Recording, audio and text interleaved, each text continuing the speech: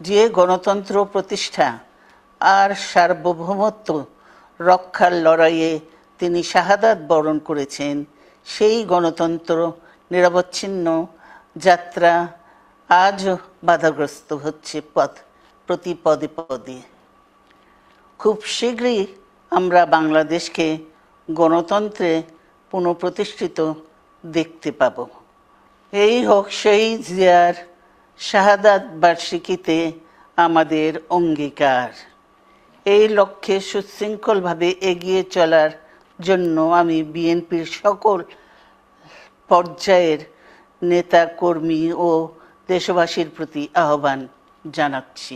মনে রাখবেন, সবার জন্য গণতন্ত্র ও উন্নয়নের মাধ্যমে সকল সমস্যার সমাধানের যে রাজনীতি শহীদ জিয়া রেখে গেছেন, তা বাস্তবায়নের মাধ্যমে তার প্রতি শ্রদ্ধা জানাতে হবে।